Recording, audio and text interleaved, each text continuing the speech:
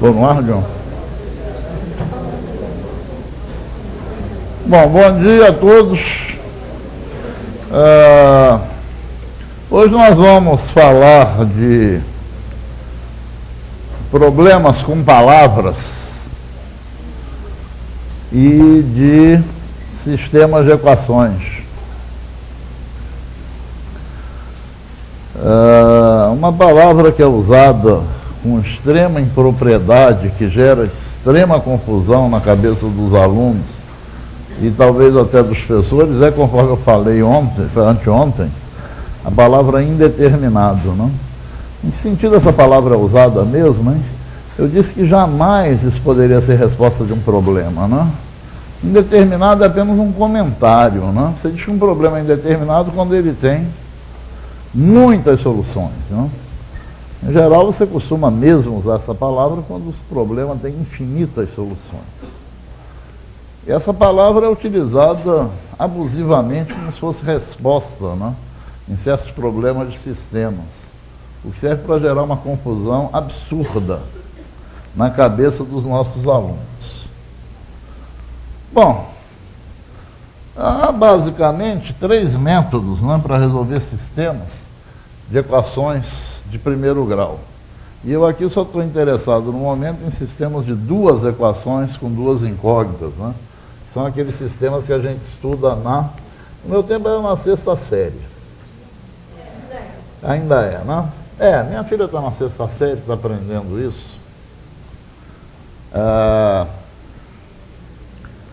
Esses processos são, primeiro, o processo da substituição.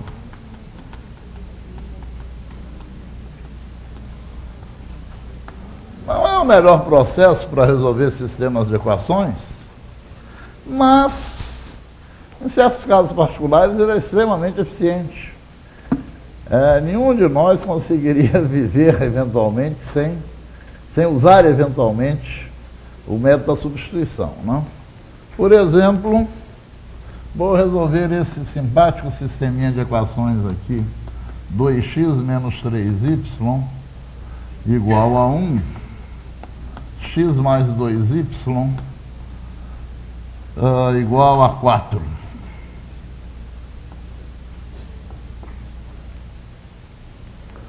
O processo da substituição, conforme todo mundo está farto de saber, consiste em você utilizar uma das equações para determinar o valor de uma das incógnitas. Aqui no caso, por exemplo, eu posso utilizar a segunda equação para determinar o valor do x, né? Basta somar menos 2y aos dois lados para isolar o x eu vou ter x mais 2y menos 2y, que dá x, igual a 4 menos 2y. Sabendo agora que o x é 4 menos 2y, eu substituo esse valor do x na primeira equação, na outra equação, obtendo assim uma equação com apenas uma incógnita, né? Que seria a equação 2 que multiplica x, ou seja, 2 que multiplica 4 menos 2y, menos 3y igual a 1. Fazendo as contas, 2 vezes 4 dá 8, 2 vezes menos 2y dá menos 4y, menos 3y igual a 1.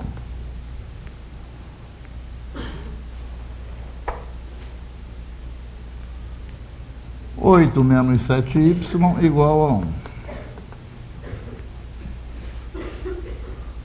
Vou isolar o y, somando menos 8 aos dois lados. Menos 8 mais 8 dá 0. 0 menos 7y dá menos 7y. E somando o menos 8 ao segundo membro, 1 menos 8 dá menos 7.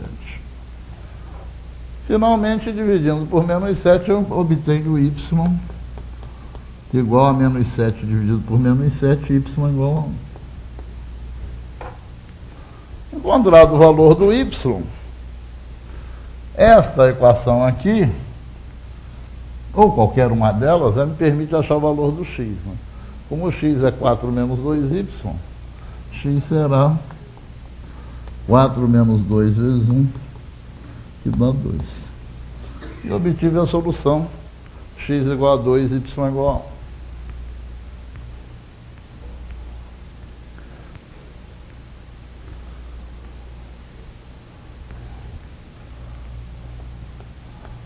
Um processo, no meu entender, absolutamente inútil,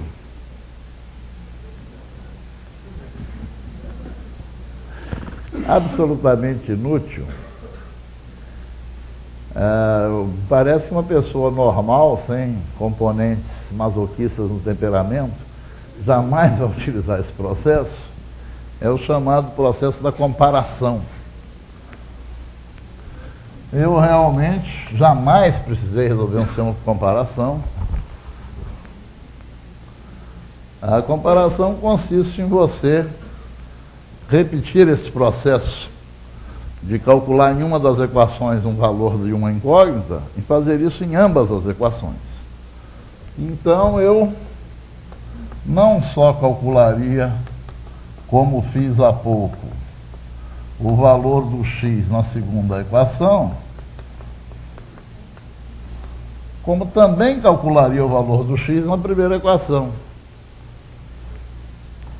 Aqui, para achar o x, eu vou ter que somar 3y, né, os dois lados.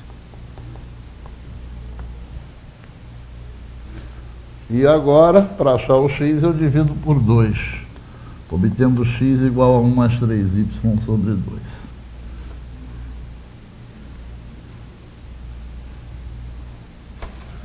Agora eu simplesmente igualo os valores de x, né? Eu comparo, né? Se isso aqui é x e isso aqui é x, esses caras são iguais. Portanto, 4 menos 2y é 1 mais 3y sobre 2.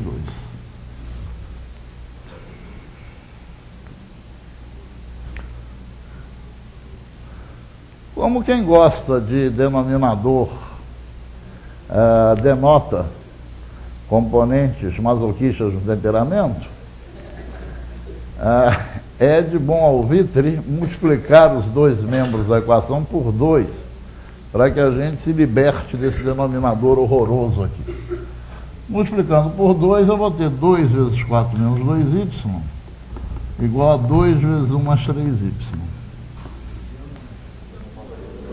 Que?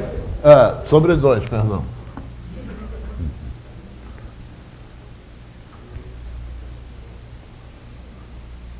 Aliás,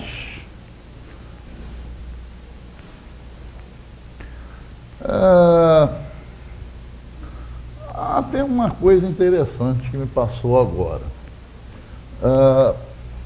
Fazer essas coisas desse jeito, ou pelo menos dar um exemplo desse processo, talvez explique por que os nossos alunos cometem certos erros. Um erro padrão que o aluno comete é o seguinte: vamos resolver essa equação.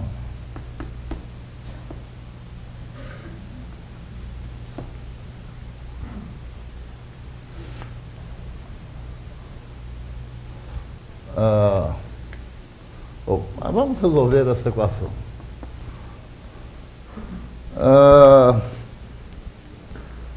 A gente, em geral, diz em aula o seguinte: vamos eliminar os denominadores. Portanto, para eliminar os denominadores, vamos multiplicar por 6. E aí a gente multiplica por 6. 6x sobre 2 mais 6x sobre 3 igual a 6 vezes 4. 3x mais 2x igual a 24. 5x igual a 24. Vamos dividir por 5. X igual a 24 quintos. Gostaram do que eu fiz? Acham que eu fiz direito? Vamos recapitular tudo que eu falei. O que eu falei? Vamos tentar nos livrar desses denominadores que só servem para complicar as contas. Para isso, o que vou fazer? Vou multiplicar os dois membros da equação por 6. Multipliquei por 6 cuidadosamente e acabei resolvendo a equação. Vocês acham que foi legal? Sim, não ou talvez?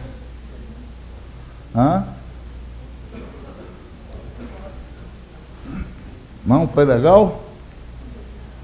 Quem disse? Quem achou que não foi legal, quem achou que foi? Não achou legal? Diga lá o que você não achou legal.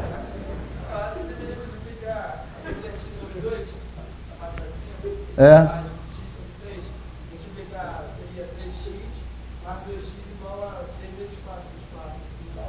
Não é isso que eu fiz?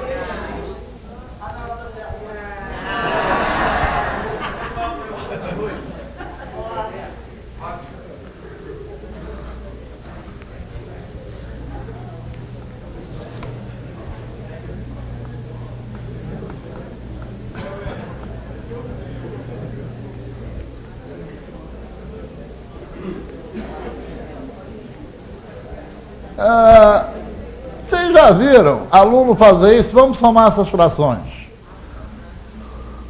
para poder libertar o denominador. Para isso eu vou multiplicar por 6.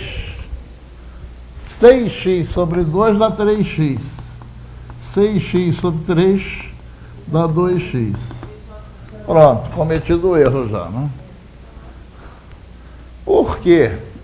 Porque quando a gente faz essas coisas em equações, a gente faz em geral muito depressa e automatiza o procedimento muito rapidamente, né? Vê o MMC dos denominadores, multiplica, e aí a gente começa a jogar o aluno num processo de regressão. Ele que sabia somar fração, desaprende, certo? Desaprende. Eu acho que essas coisas aqui devem ser feitas com bastante cuidado e bastante devagar. Não? Estamos fazendo uma coisa natural aqui, não? Nós estamos raciocinando que se esse cara é igual àquele, esse vezes 6 é igual àquele vezes 6. Fazendo isso com calma. Se você automatiza o procedimento, vê o MMC dos denominadores, multiplica, você faria isso então, não? X sobre 2 mais x sobre 3 igual a 4. Vamos multiplicar pelo MMC dos denominadores, que é 6. 6x sobre 2 dá 3x. 6x sobre 3 dá 2x. 6 vezes 4 igual a 24. Você está no caminho de fazer o teu aluno desaprender como é que se somam frações. Todos esses erros extremamente comuns que os nossos alunos... Nunca passou pela cabeça de vocês parar para pensar por que os erros são sempre os mesmos? Há tantos erros novos para serem cometidos, por que os alunos cometem sempre os mesmos? Na maioria das vezes, por falta de cuidado da gente. A gente tem a tendência, para facilitar a vida da gente, de automatizar muito rapidamente, antes que o aluno tenha absorvido a ideia que está sendo feita, a gente automatiza o procedimento. Quando você automatiza o procedimento, você está tirando do aluno a capacidade dele pensar no que ele está fazendo, né? Ele automatizou. É só aparecer uma situação ligeiramente diferente, ele já se atrapalha todo, certo? Automatizar rápido demais é a fonte desses erros padrão, né, que os alunos cometem, certo? Parem para pensar, os erros são sempre os mesmos. Por quê? Eles já nasceram com um gene próprio para cometer aquele erro? Ou isso é produto da educação que receberam? Eu acredito firmemente na educação. Eu acho que a educação transforma. Eu acho que os professores cometeram um erro gravíssimo quando, em certas épocas, né, resolveram tratar os alunos como se débeis mentais fossem. É um perigo você tratar o seu aluno como se ele fosse um débil mental, porque educação é uma coisa poderosa. Você trata o aluno como um débil mental, ele acaba se transformando no mundo, certo? É perigosíssimo isso. Fazer as coisas devagarinho, explicando as passagens, não tentar automatizar muito. Você automatiza, você está encaminhando o cara para certos erros padrão, certo? Esse aqui, por exemplo, ele desaprende a somar frações. Ele sabia somar frações quando ele começou a estudar a equação de primeiro grau. Ele desaprende quando você automatiza, né, procedimentos a respeito da eliminação de denominadores, né, em equações cujos coeficientes são números fracionários. Mas voltando ao nosso problema. Lembrem-se, há muitos erros novos para serem cometidos. Não há sentido em cometer sempre os mesmos, certo? Voltando à nossa equação. 8 menos 4y igual a 1 mais 3y. Né?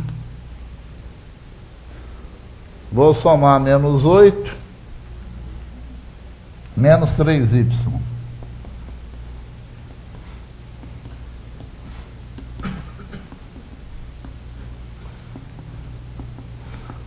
Somei aos dois membros, menos 8 menos 3y. 8 menos 8 deu 0, aqui dá menos 7y. Lá 3y menos 3y dá 0. Dá 1 menos 8, dá menos 7.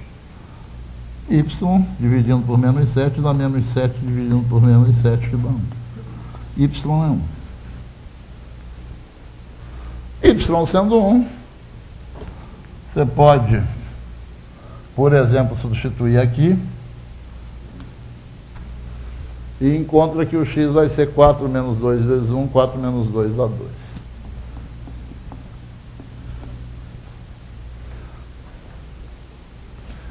Bom, agora falando sério, né? Esse é o pior processo possível, né, para resolver um sistema de equações 2×2. Mas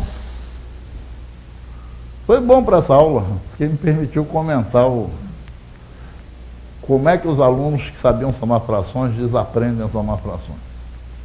Certo? E o método bom é o da eliminação.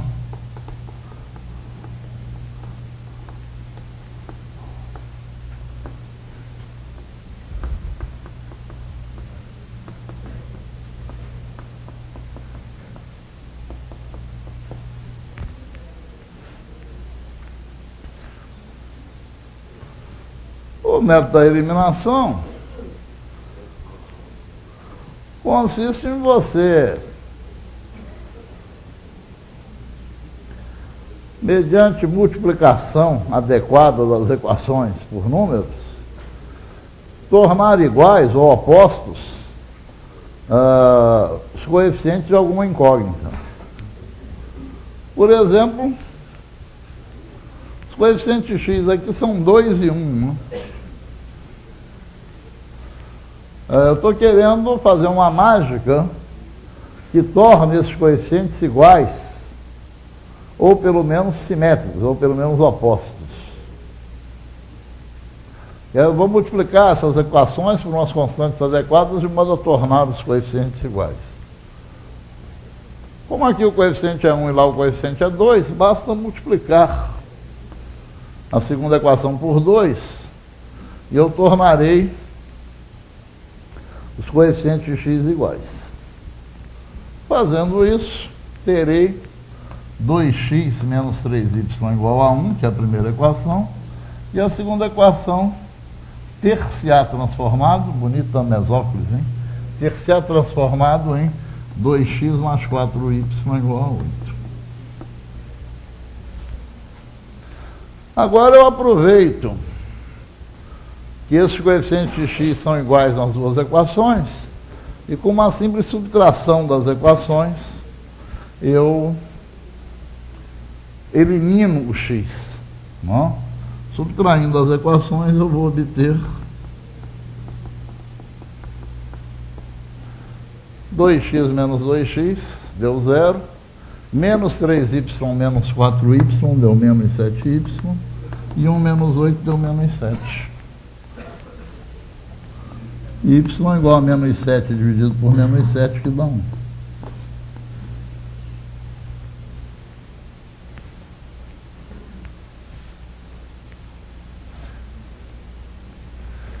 Vou fazer um torneio para ver quem é capaz de ter a ideia mais idiota, ou pelo menos descobrir qual seria a coisa mais idiota que se poderia fazer para se resolver um sistema 2 por 2.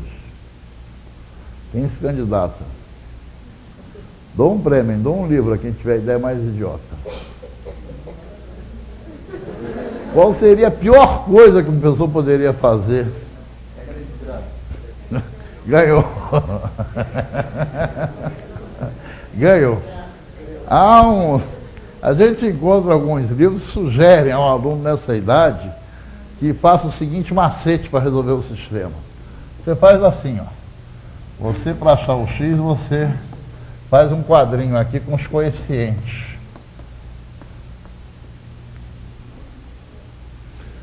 E aqui em cima, você não está querendo calcular o x, bota os termos independentes. Aí você faz esses dois menos esses dois, em cima e embaixo.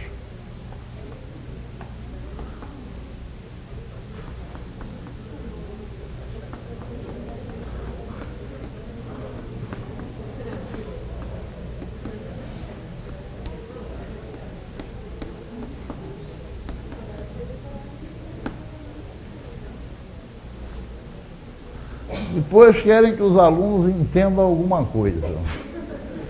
Né?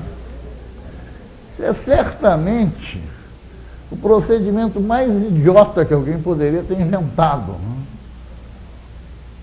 Depois a gente reclama quando os alunos acham que matemática é uma série de regras mágicas, surgidas não se sabe de onde, para serem aplicadas não se sabe aonde. Tem.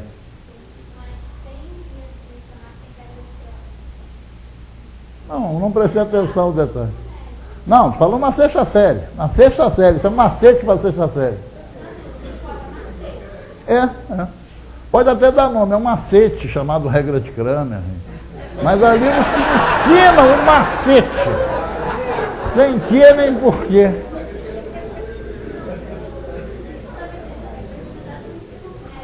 Não estou entrando na discussão do que você faz no ensino médio. Eu estou querendo dizer que isso aí aparece em alguns livros como um macete para se resolver esse sistema na sexta série. Depois não sabe porque que os alunos odeiam matemática. Não ria não, hein? Isso é verdade. Pois não sabe por que os alunos odeiam matemática. Agora, eu posso, evidentemente, agora misturar os métodos, substituir, não? Mas posso simplesmente fazer outra eliminação, não?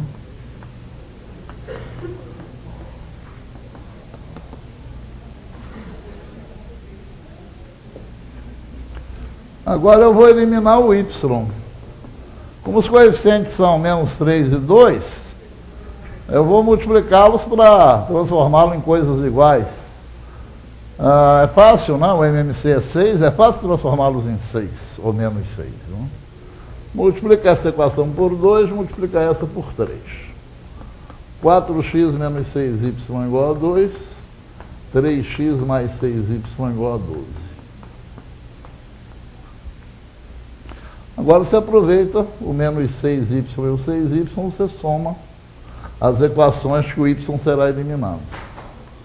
Somando 4x mais 3x dá 7x, menos 6y mais 6y dá 0, 2 mais 12 dá 14, dividindo por 7, x igual a 14 sobre 7, que é 2.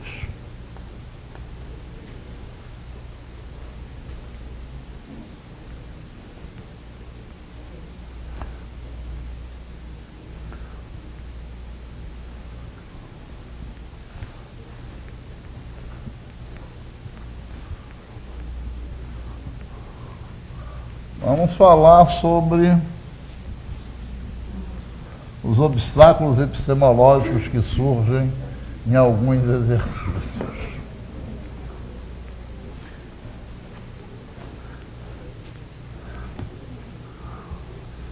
Eu vou falar agora, e vou procurar dar a maior ênfase possível, foi uma coisa com que nas nossas conversas Paulo César insistiu muito que eu fizesse isso, porque ele fica horrorizado, mais até do que eu, com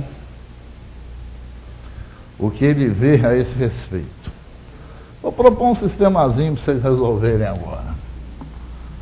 O sistemazinho será 2x menos 3y igual a 1 e menos 4x mais 6y igual a 5.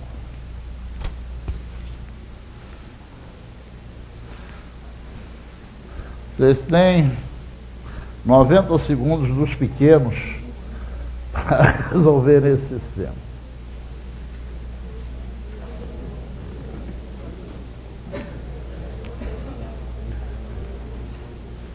Resolverem e escreverem ao final assim, resposta, pá.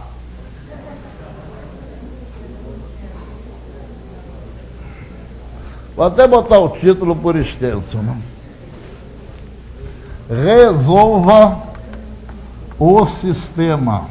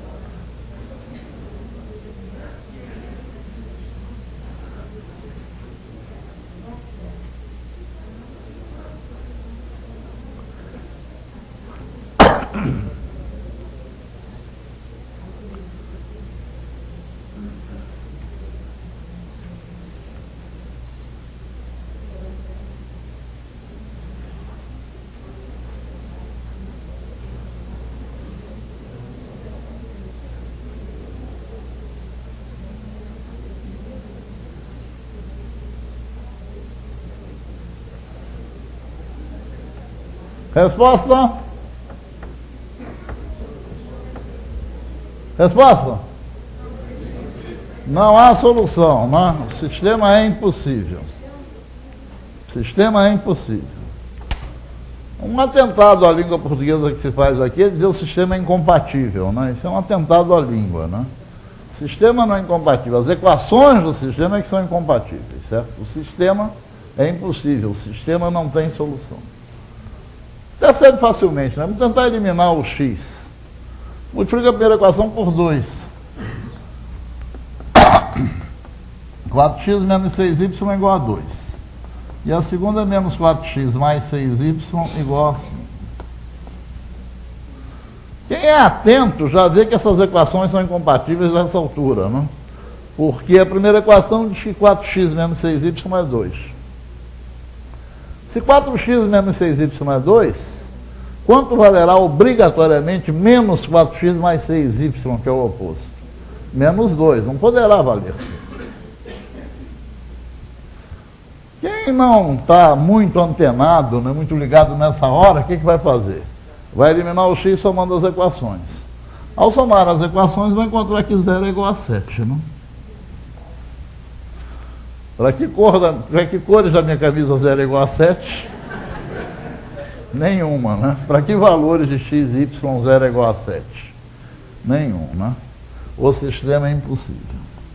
Não há solução. O sistema é impossível.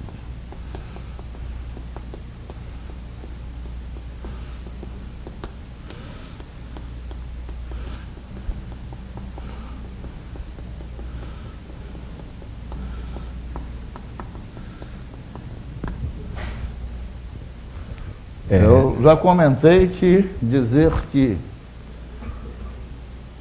é incompatível é um erro de sujeito, né? O sistema não é incompatível. Quem é incompatível, as equações é que são incompatíveis, né? Em matéria de erro de português, o máximo, na minha opinião, o ponto alto, né? O atentado à língua é o cara botar assim, resposta, vazio. Uma coisa de maluco, né?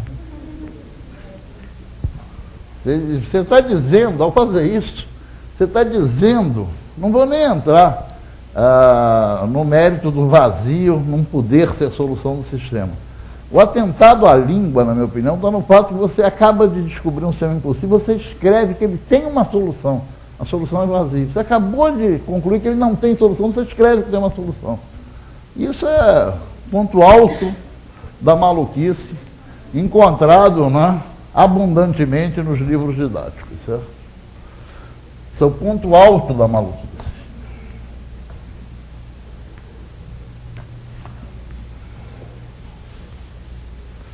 Além do mais, eu não sei, uma solução deve satisfazer o sistema, né? Eu não sei como o vazio poderia satisfazer o sistema.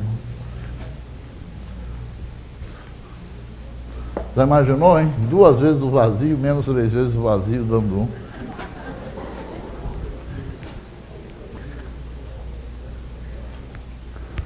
Agora vocês têm 120 segundos dos pequenos para resolverem esse.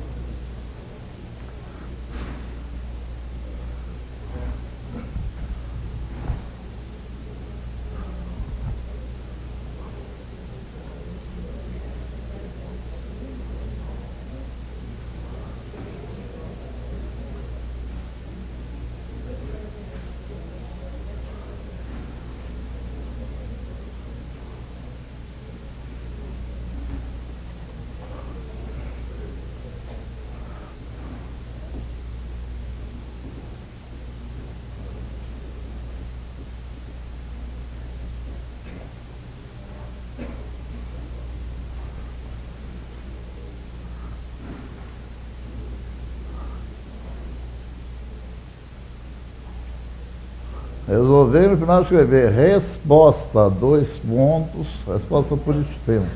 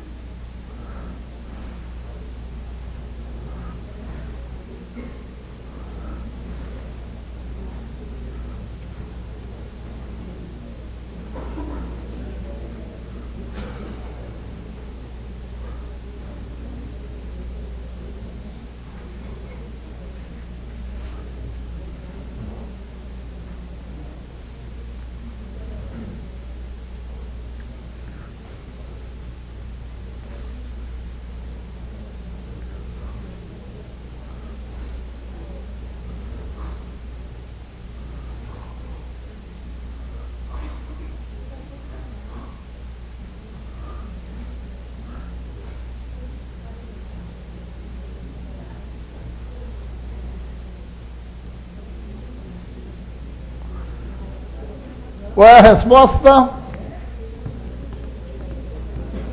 Qual é a resposta?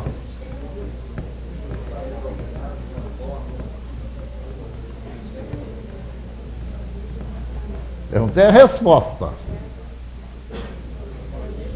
Quem escreveu como resposta o sistema é indeterminado, eu lamento dizer que errou.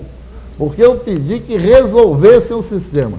Eu não perguntei, não pedi comentário se o sistema é bonito, gostoso, está frio, gelado, quente, morno, o sistema é amarelo ou verde. Eu perguntei quais são as soluções, resolver achar as soluções.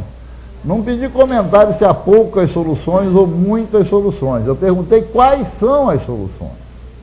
Indeterminado é um comentário. Você, ao dizer que o sistema é indeterminado, você está dizendo que o sistema tem muitas soluções. Não quero saber se tem muitas ou poucas. Ninguém pediu isso. Eu quero saber quais são as soluções. É inadmissível responder que o sistema é indeterminado. Isso não é resposta, isso é comentário. Tem que dizer quais são as soluções. Como, em geral, os livros e os professores não tomam esse cuidado, os alunos acabam tomando como sinônimo que... O que é verdade até no caso de equação, né, de primeiro grau, que quando é indeterminado, qualquer coisa é solução. Não é. Por exemplo, 2 não é a solução desse sistema, né? X igual a 2, y igual a 2 não é. Não é qualquer coisa que é a solução desse sistema. Algumas coisas são, outras não. Não quero saber se são muitas as que são, ou se são poucas as que são soluções. Quero saber quais são as soluções. É um péssimo hábito, né? A gente pedir, resolva o sistema e você fazer um comentário desse tipo. É indeterminado, ou seja, há muitas soluções. Ninguém perguntou se são muitas ou poucas. Quero saber quais são.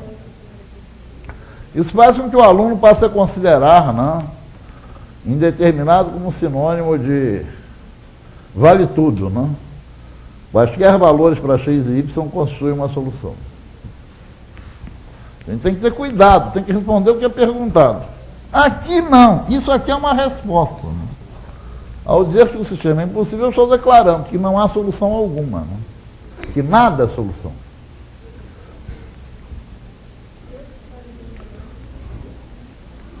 Procedendo à eliminação, aqui, se você observar bem, melhor do que igualar os coeficientes por multiplicação, é antes de começar, aliás, isso, deixa eu me desviar mais uma vez. Eu sempre digo aos meus alunos que a ambição é um pecado mortal, que é ambicioso vai morrer em estado de pecado e vai para o inferno, né? Vai arder no mármore do inferno. Mármore para o inferno árabe, né? Para o nosso vai arder mesmo os caldeirões do diabo, né? Eu sempre digo isso aos meus alunos, que a ambição é um pecado mortal. Em geral, quando você passa um problema melhorzinho na turma, há alunos que ficam olhando o problema, olhando, eles acham que com o esforço, o pensamento deles vai gerar uma ideia salvadora que vai resolver o problema. Ou que o Espírito Santo vai lhe dar uma divina inspiração. Primeiro, o Espírito Santo só faz essa proteção a quem merece, né? E como a maioria vive em pecado, não. E eu digo aos meus alunos sempre, que eu resolvo muitos problemas porque eu não sou ambicioso. Quando eu olho para um problema, eu não tenho a ambição de olhar para o problema e dizer, o que eu vou fazer para resolver esse problema? Eu não tenho essa ambição. Quando eu olho para um problema, o meu desejo não é resolver o problema. Meu desejo inicial é, o que eu vou fazer para conseguir simplificar um pouquinho esse problema? Eu só começo a pensar seriamente no problema depois que eu já fiz as simplificações necessárias. Aí eu paro para pensar no que eu vou fazer para resolver o problema. Mas eu não penso e resolvo, não. Eu simplifico, penso e resolvo. Interessante é que isso é o meu projeto de resolução de problema, né? Simplifica, pensa e resolve. Eu nunca consigo fazer isso. Em geral, quando eu simplifico, já resolveu a fase do pensa e já passou, né? Em 98% dos problemas, a simples simplificação dos dados já resolve o problema. Eu fico furioso com um aluno que vai para a aula de matemática e não leva um bloco. Isso é que estimula essa atitude passiva, preguiçosa, irresponsável, né, diante da aula. Tem um problema, ele, em vez de simplificar para ir olhar o problema, não, como ele não levou um bloquinho para simplificar, não levou um lápis, ele ficou olhando para o enunciado achando que ele vai conseguir resolver. Claro, há pessoas que resolvem, né? Mas a maioria não faz isso.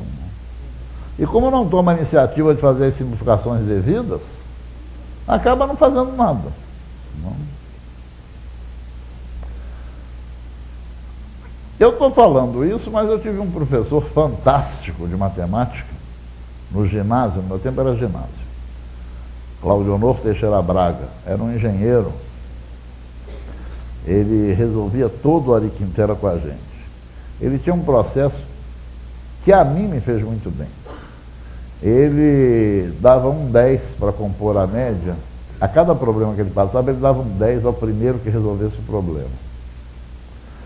Eu, no início, eu ia cheio de bloco, né, papel, e volta e meia eu tirava meu 10. Aí eu descobri o processo infalível para tirar os 10 sempre. Era tentar fazer as contas de cabeça, né? Aí, depois que passei a fazer de cabeça, quando as pessoas escreviam, eu era o primeiro a resolver o problema e tirava 10. No final, eu tirava tanto 10 que eu não sabia nem fazer a prova, porque com arredondamento minha média era 10.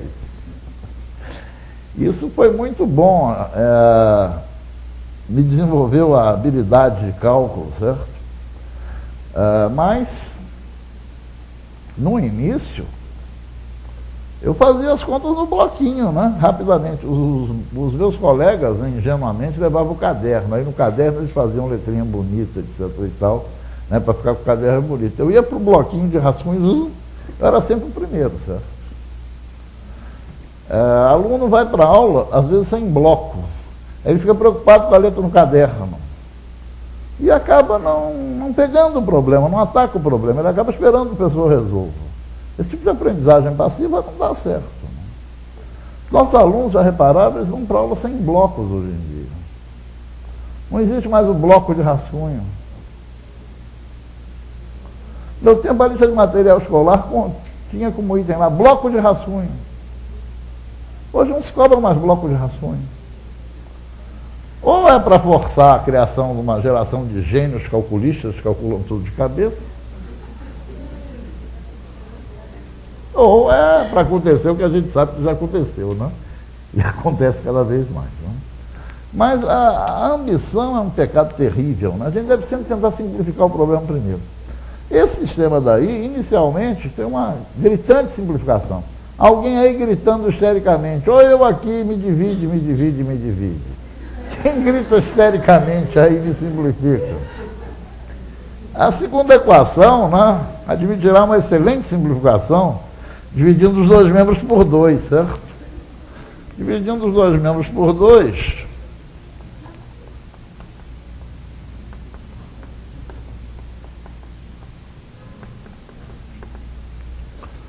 aí você já tem o x e o menos x, aí você soma as equações para eliminar o x, e aí, surpresa das surpresas, ao eliminar o x, você ganhou de brinde a eliminação do y, certo? E obteve 0 igual a 0. Né? Aí é aquela hora do grito do histérico do aluno, professor, o x subiu e o y também. E aí estamos diante de um impasse epistemológico. Né?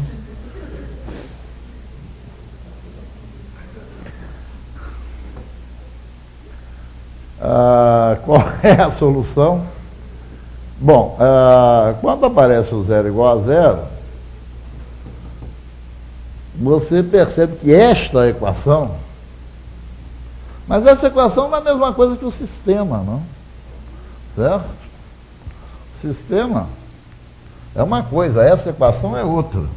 Essa equação é satisfeita sempre, né? Mas não necessariamente o sistema. Se você parar para pensar no que está acontecendo, você vai observar que, na realidade, esse sistema não era propriamente um sistema. Ele não tinha duas equações independentes, né? A segunda equação, no fundo, era a primeira equação disfarçada, né? Porque a segunda equação, aqui no sistema do meio, é simplesmente a primeira equação multiplicada por... Não, sim, lá em cima, então, a segunda equação é a primeira multiplicada por menos 2. De modo que, na realidade, a segunda equação é cópia da primeira, né? Na realidade, nós temos nesse sistema apenas uma equação, né? A segunda equação se transformou em 0 igual a 0. Essa segunda equação é satisfeita sempre. De modo que as soluções do sistema são as soluções da primeira equação, né? O sistema ficou transformado nisso, né? Ou seja, só há uma equação no sistema, que é o x menos 2y igual a 1. Então, resposta.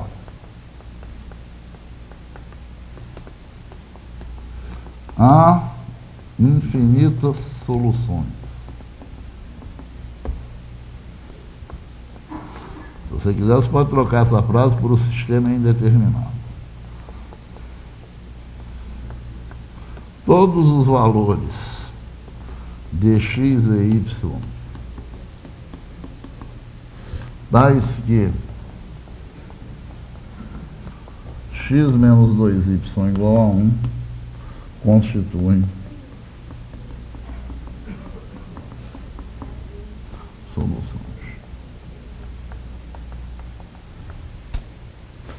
É bom nessa hora sair perguntando ao seu aluno: 0 é solução? Vamos ver. Tem que ser x menos 2y igual a 1 para ser solução. 0 é solução? Não. 0 menos 2 vezes 0 não dá 1.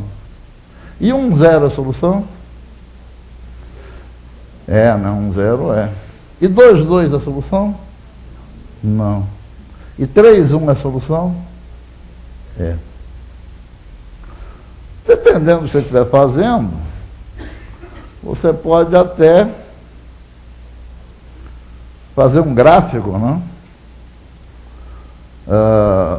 De pontos que sejam soluções, sugerir aos alunos que esses pontos são alinhados, né? Construir uma reta, certo? Dependendo do que você esteja fazendo, né? Não vale a pena você se desviar do caminho que você traçou para fazer esse tipo de comentário.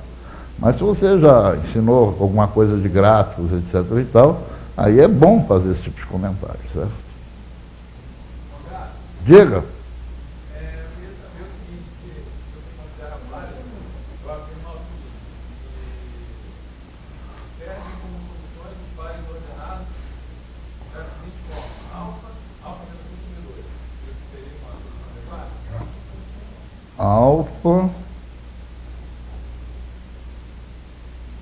Alfa menos 1 sobre 2. Olha, seria. Você não acha que você está desnecessariamente criando obstáculos epistemológicos novos? Eu acho até que você até poderia dizer o seguinte, até faria uma coisa um pouquinho mais simples.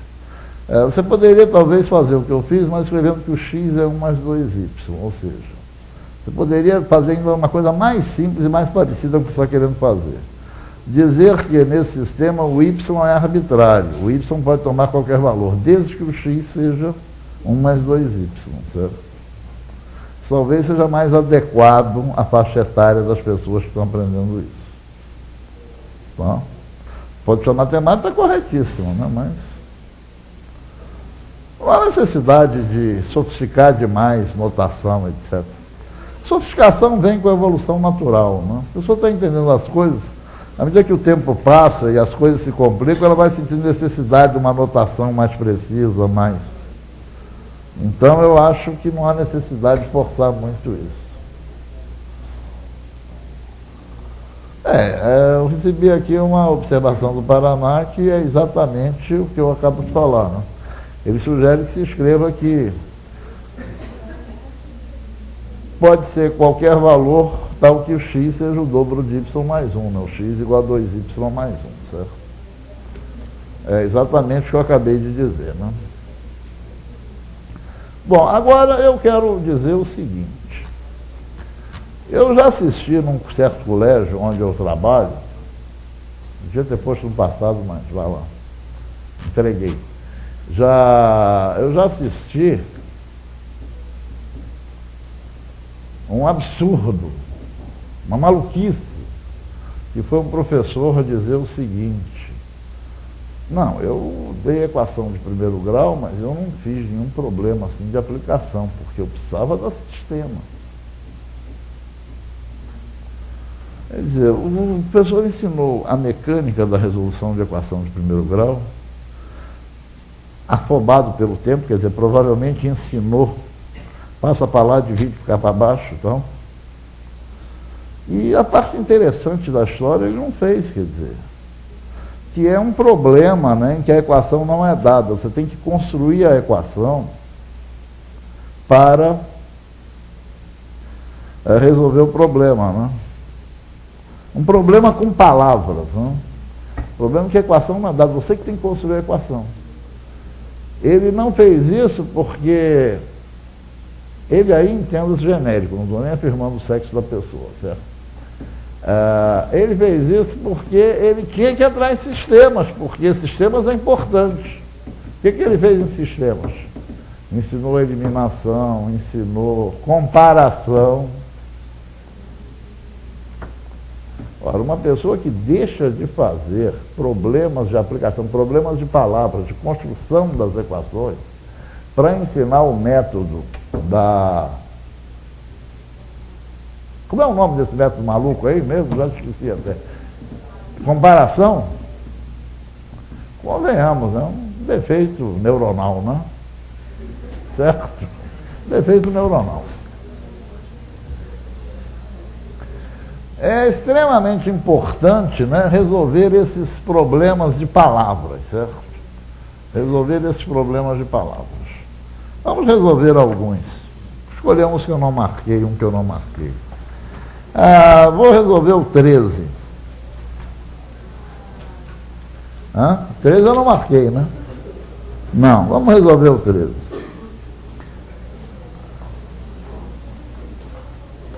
Acho que eu marquei para hoje 11, 12, 14, 16, 17.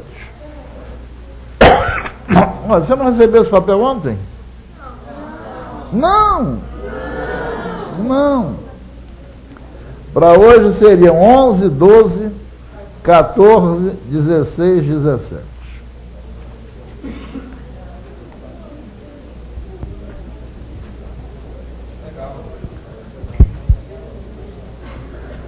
Vamos resolver o 13.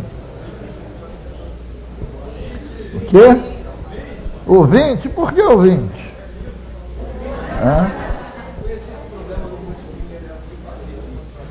Vamos resolver o 13. Depois vocês vão receber as soluções desses problemas todos. Vamos resolver o 13. Em um teste de 25 questões, cada acerto vale 4 pontos e cada erro vale menos 1 ponto. 13.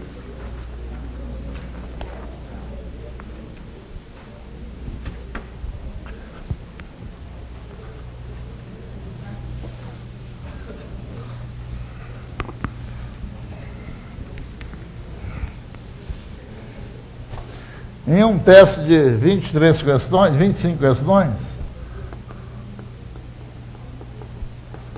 cada acerto vale mais 4 pontos, cada erro menos 1 ponto. Daniel,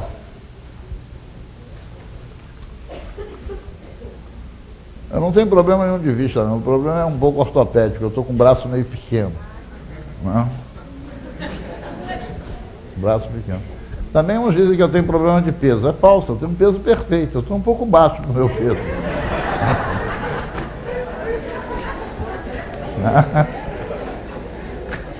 Eu sou uns 40 centímetros mais baixo do que o meu peso, né? Fora isso, tudo bem. O braço está curto. Daniel respondeu todas as questões e marcou 65 pontos.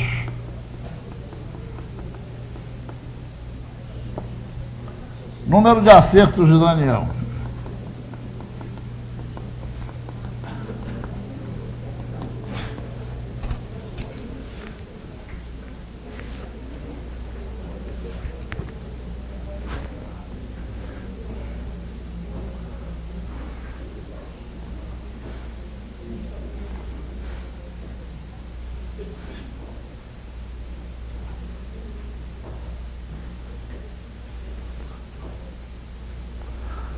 Esse é um problema fácil que pode ser feito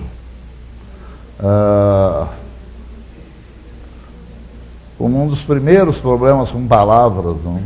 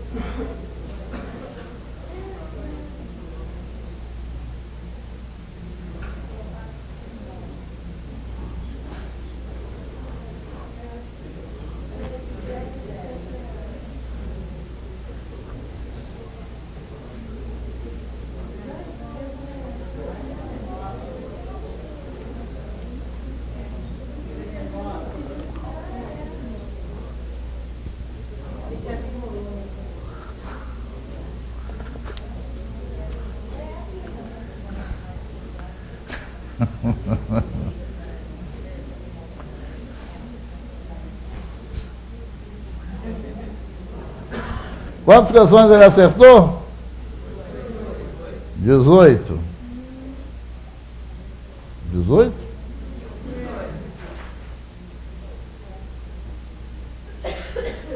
É, 18.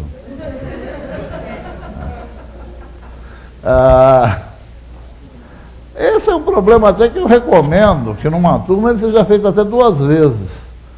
Porque a gente não ensina, digamos assim, equações e sistemas juntos para depois fazer as aplicações. A gente é mais didático fazer equações, fazer aplicações e depois passar sistemas. Então esse é um problema que eu acho que deve ser feito até 2 vezes. Não? Na abordagem das equações, você resolveria assim, né? Chama o número de acertos de x. Automaticamente, o número de erros é 25 menos x. Qual é a pontuação? Como 4 pontos é o valor de cada acerto, ele tem x acertos, aí ele marcou 4x pontos. Mas, ao mesmo tempo, ele perde 1 ponto por cada erro, ou seja, a nota dele sofre uma diminuição do número de erros. Né? Então, menos 25 menos x. Isso aí tem que dar o 65.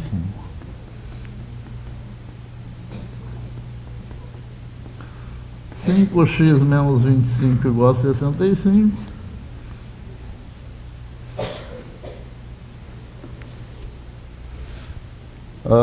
Soma 25. 5x igual a 90. Vejam, soma 25, né? Policiência, né? Não passam, pelo amor de Deus.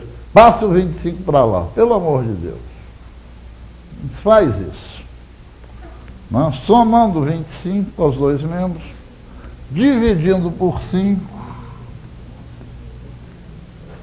obtém-se x igual a 18.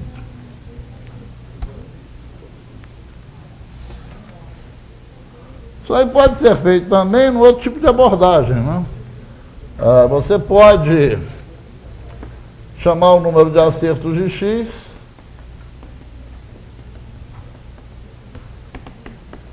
o número de erros de y.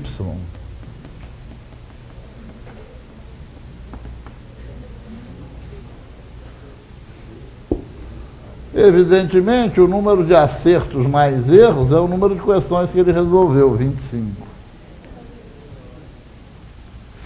E a pontuação dele é 4 pontos por acerto e menos 1 ponto por erro, né? Isso dá 65.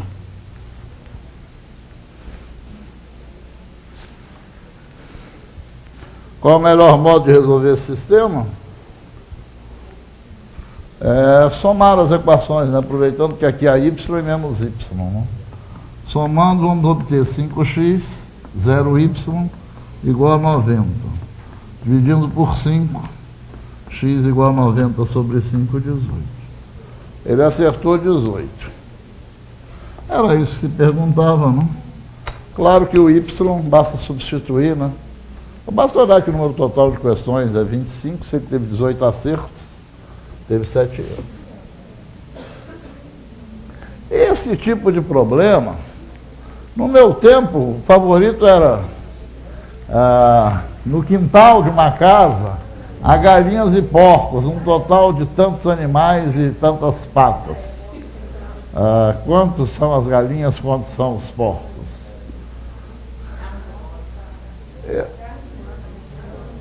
Carros e motos na garagem, para zonas urbanas, né? Para a zona rural é melhor mesmo galinha e porco. Né? Esse tipo de problema é que tem que ser feito. O aluno tem que aprender a montar as equações. Não adianta ensinar o cara a resolver a equação se ele não sabe montar as equações. Aí isso só vai gerar para ele o sistema da inutilidade. Você dá a equação pronta, ele acha aquilo um exercício bobo. Você não ensinou ele a montar a equação, o que ele vai fazer com a equação? Para que ele aprendeu? Não vai fazer nada. Você está criando mais uma pessoa para odiar a matemática, né? Já há tantas por aí, né? Certo? Pediram o 19 e o 20, mas eu não vou fazer nem o 19 nem o 20, não. Vou fazer um melhorzinho agora. Mas eu vou aproveitar e vou fazer o 18. Eu quero pedir desculpas a todos, porque houve um erro no enunciado do problema 18.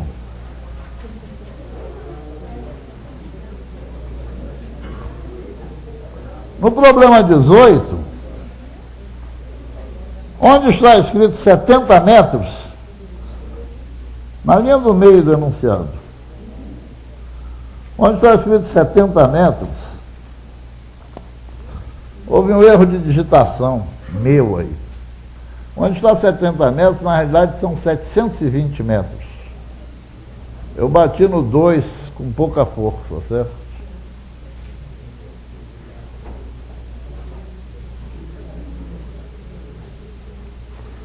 São 720 metros. Esse problema é um problema extremamente interessante, no meu entender. Ele tem uma beleza matemática que eu vou comentar depois. Mas eu escolhi esse problema porque os nossos alunos, eles quando entram para a universidade ou fazem vestibular ou estão no final do ensino médio, eles são absolutamente incapazes de resolver problemas de movimento. Os nossos colegas de física entopem a cabeça do menino quando ele está na primeira série do ensino médio com uma quantidade brutal de fórmulas. Para cada problema tem uma fórmula. É só o problema sair de uma certa situação padrão, o aluno fica perdido. Pior é que o professor já se habituou tanto àquele formulário todo pronto, para cada cálculo tem uma fórmula, que o professor de física, se você der esse problema para ele se atrapalha também. Eu sempre digo que mais vale uma boa ideia que 1 milhão de fórmulas.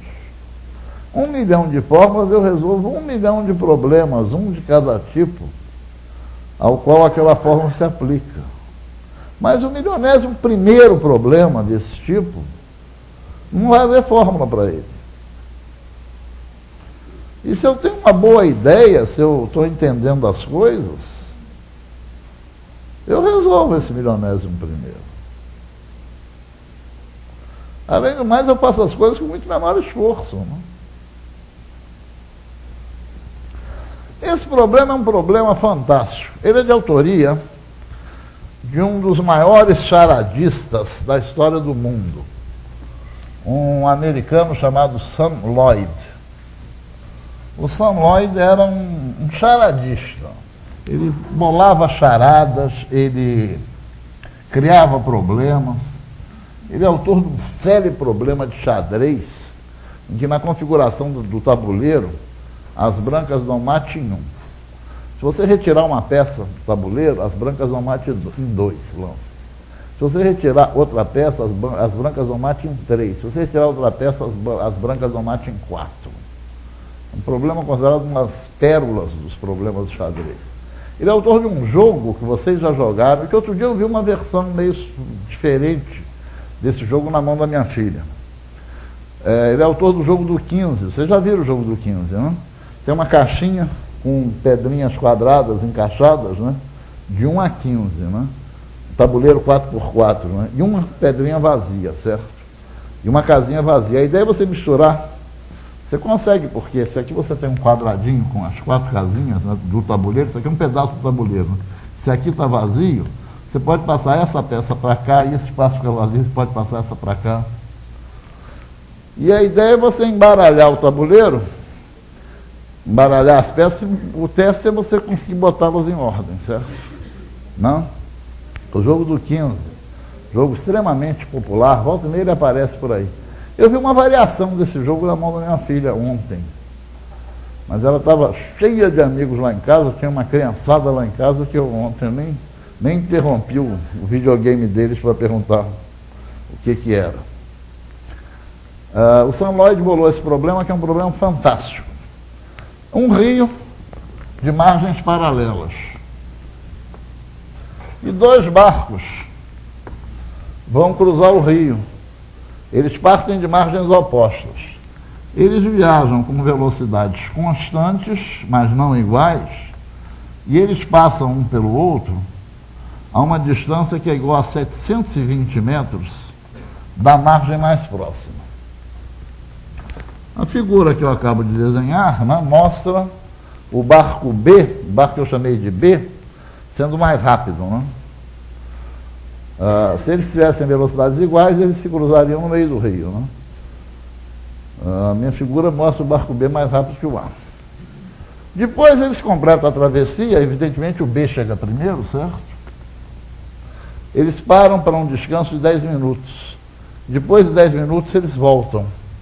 Quando eles regressam com a mesma velocidade que usaram na ida, certo? Só que agora o cruzamento se dá a 400 metros da outra margem.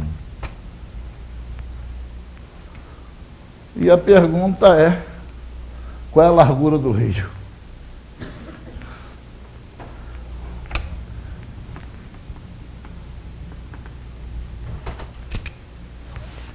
Vocês têm uns rápidos minutos para dar uma pensadinha.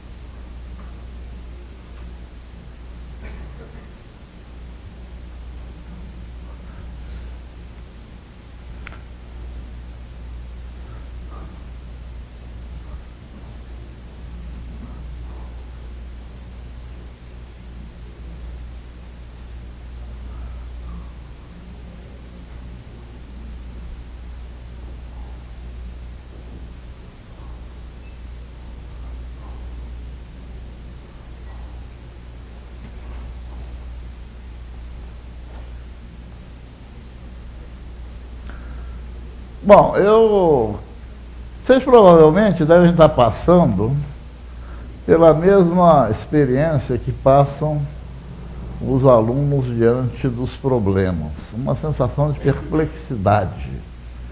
Vocês provavelmente não devem estar conseguindo montar equação alguma para dar saída no problema. Vocês estão buscando lá na memória aqueles formulários malucos que vocês aprenderam em física, né?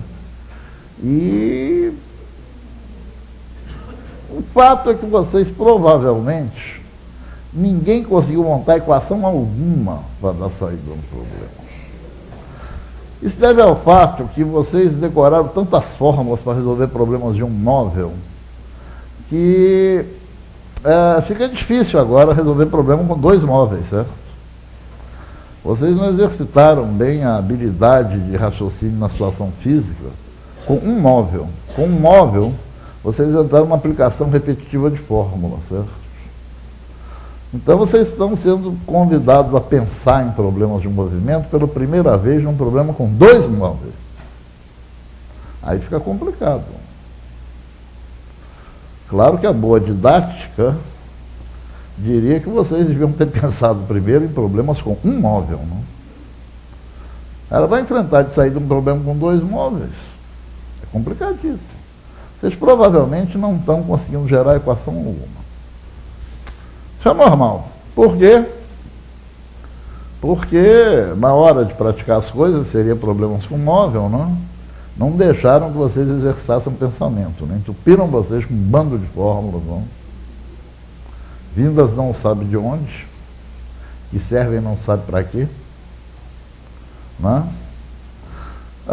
Boa ideia, né? Vamos ver o valor de uma boa ideia. Os problemas de movimento com dois móveis, uma grande ideia é contar os tempos. Os tempos passam igualmente para quem está num móvel ou no outro, não? Desprezados, evidentemente, efeitos relativísticos, mas os tempos passam iguais. Como é que eu vou resolver esse problema? Essencialmente do mesmo modo que eu vou resolver o 19 que vocês queriam que eu resolvesse, não? Eu vou escolher um momento para ligar o relógio, vou escolher um momento para desligar o relógio e vou contar o tempo, olhando para um móvel e olhando para o outro, fazer duas contagens de tempo. Igualando as duas contagens de tempo, eu tenho uma equação. Qual é o momento natural para ligar o relógio? Por favor, poupem-me. Distraídos dizem. O momento de ligar o relógio é o instante t igual a zero. Claro, né? Por definição, o instante t igual a zero é o instante que eu começo a contar o tempo, ou seja, é o instante em que eu ligo o relógio. Né? Poupem, tá? Tem cara que está desatento e responde isso, né? Por favor. Qual é o momento que eu vou ligar o relógio? Ou seja, qual é o momento que eu vou escolher para ser o instante t igual a zero? Partida dos barcos. Né? Qual é o instante que eu vou escolher para desligar o relógio? Quando eles se encontram, certo? Não vai, por favor, dizer quando eles chegam. Isso também é o cúmulo da falta de desatenção. Pois sem velocidades diferentes, não existe um instante em que eles chegam, né? Eles não chegam ao mesmo tempo. O mais rápido chega antes, certo? Então, vou fazer uma primeira contagem de tempos. Instante natural de ligar o relógio é quando eles partem, né? Instante natural de ligar o relógio é quando eles se encontram, certo? Qual é a relação entre tempo e distância? Eu tenho as distâncias percorridas, etc. e tal. Velocidade é, por definição, o quê? Espaço sobre tempo. Portanto, tempo é espaço sobre velocidade. Então, vou contar os tempos. Vou contar o tempo olhando para o barco A.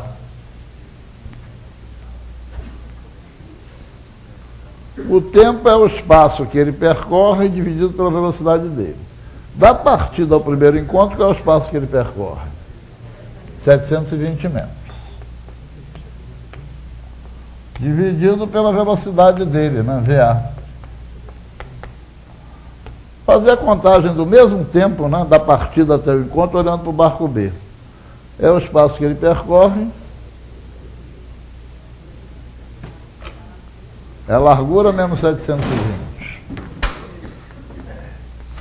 Dividido pela velocidade dele, VB. Ora, não era simples montar uma equação? Simplérrima, né?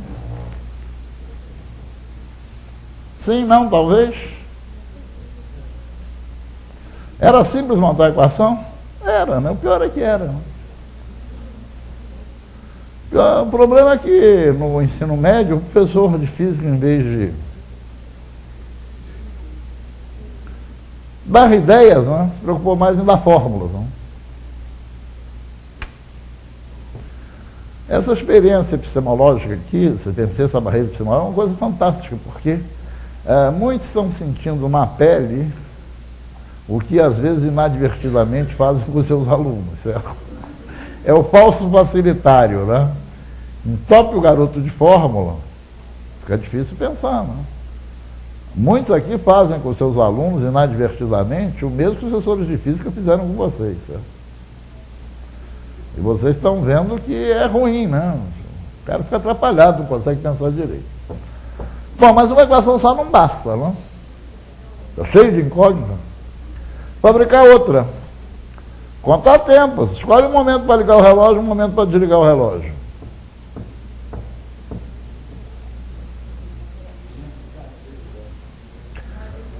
Em geral, isso aí, numa turma, os alunos dão a seguinte ideia ruim.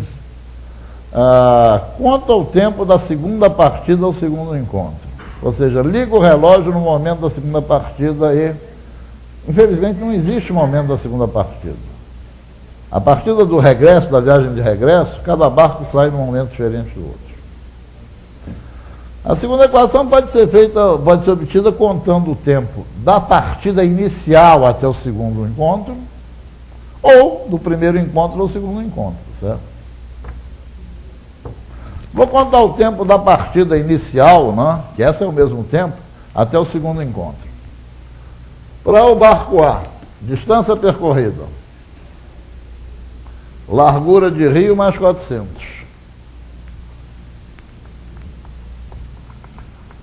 Dividida pela velocidade dele.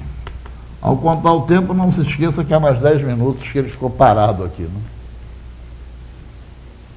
O tempo da partida até o segundo encontro é o tempo que ele andou, que ele navegou, mais o tempo que ele ficou parado.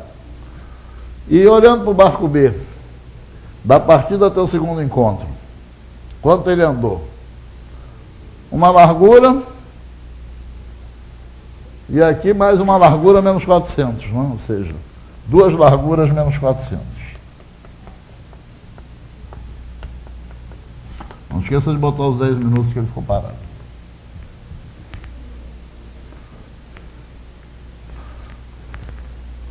Os ambiciosos, a ambição é um pecado mortal, ambiciosos vão arder no mármore dos infernos.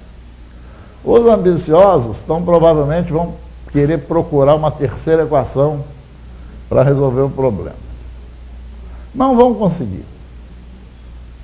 Não há mais dados que gerem equações. Os não ambiciosos verão que esses 10 minutos aí estão só para atrapalhar, por quê? Não, soma menos 10 aos dois lados. Olha, soma menos 10 aos dois lados. Eu não estou passando 10 para lá, não. Estou somando menos 10 aos dois lados. Soma menos 10 aos dois lados e simplificou um pouquinho, né? Agora, quem é ambicioso está procurando uma terceira equação para poder, com 3 equações, calcular as 3 incógnitas, né? Os menos ambiciosos ficam pensando assim, o problema só pede a largura do rio. Meu problema é calcular a largura do rio. Quem está no problema, e eu não gostaria que estivesse? VA e VB, né? Vamos tentar fazer uma mágica aí para eliminar o VA e o VB. É uma mágica simples, né? O que eu faço aí para eliminar o VA e o VB? Divido as equações, né?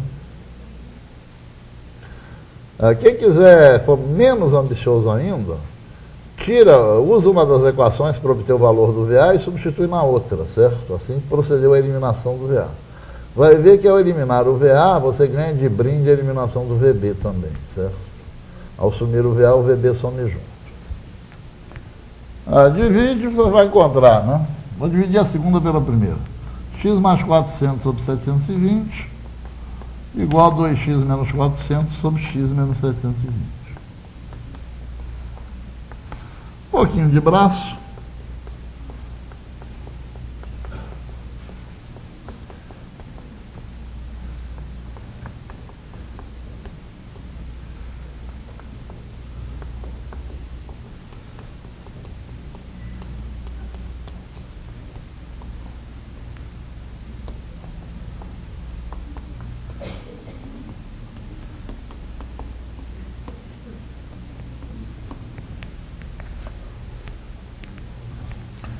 Após as simplificações devidas, obtemos x2 igual a 1760x.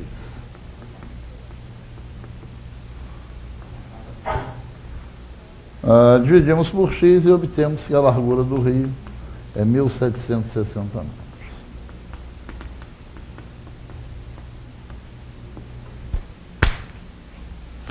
Interessantíssimo do problema é que ele é determinado na largura do rio, embora ele seja indeterminado nas velocidades. Não há dados que permitam determinar as velocidades. Mas você pode obter a razão das velocidades, né? Se você substituir o valor de x que você encontrou aqui, você vai encontrar a razão das velocidades. Problema muito bonito, né? Muito bonito.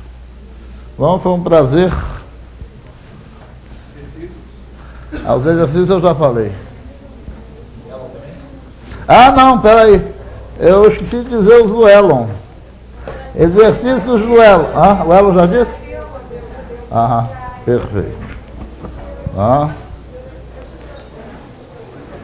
Recado para o Ceará, ô Frota. Passa a torcer pelo Ceará, rapaz. Timão.